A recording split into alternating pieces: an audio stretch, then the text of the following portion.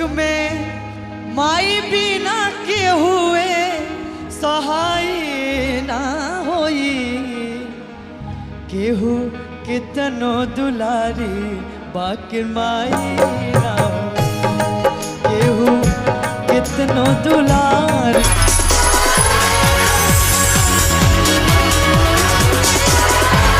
जय माता दी सर। क्या नाम है आपका? जी मेरा नाम वास्तव कुमार हुआ। वास्तव कुमार, कहाँ से हैं आप?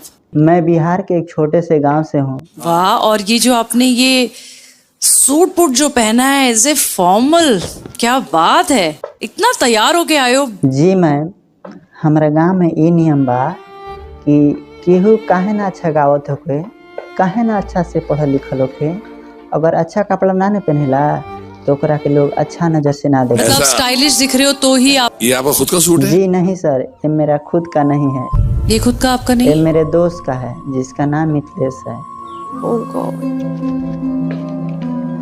म्यूजिक सीखा है आपने?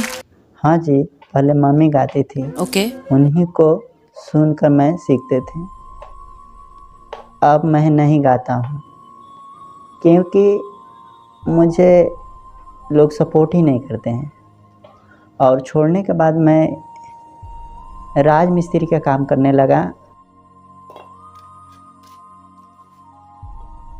और पैसा होने लगा।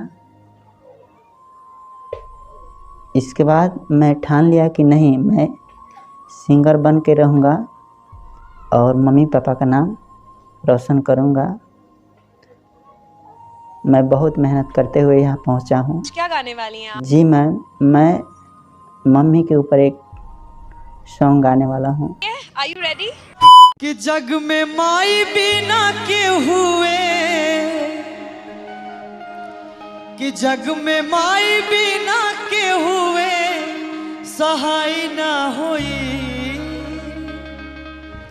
जग में माई बिना के हुए सहाय ना होई, केहू कितनो दुलारी बाकी माई ना होई, केहू कितनो दुलारी बाकी माई ना होई, जग में माई बिना के हुए सहाय ना होई, हो सहाय ना होई, केहू कितनो दुलारी बाकी माई ना होई, केहू कितनो दुलारी बाकी माई ना होई।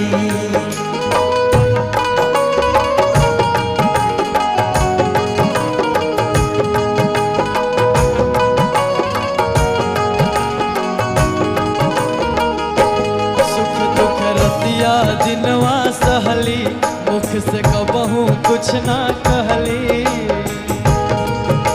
सहली मुख से कुछ नहीं कहली। सुख दुख रतिया दिनवा सहली, मुख से कबहू कुछ ना कहली, सुख दुख रतिया दिनवा सहली, मुख से कबहू कुछ ना कहली, उनकर रोआ जे दुखाई ता भलाई ना होई, केहू कितनो दुलारी बाकी माई ना होई, केहू केतनो दुलारी बाकी माई ना होई, केहू केतनो दुलारी बाकी माई ना होई, केहू केतनो दुलारी बाकी माई ना होई।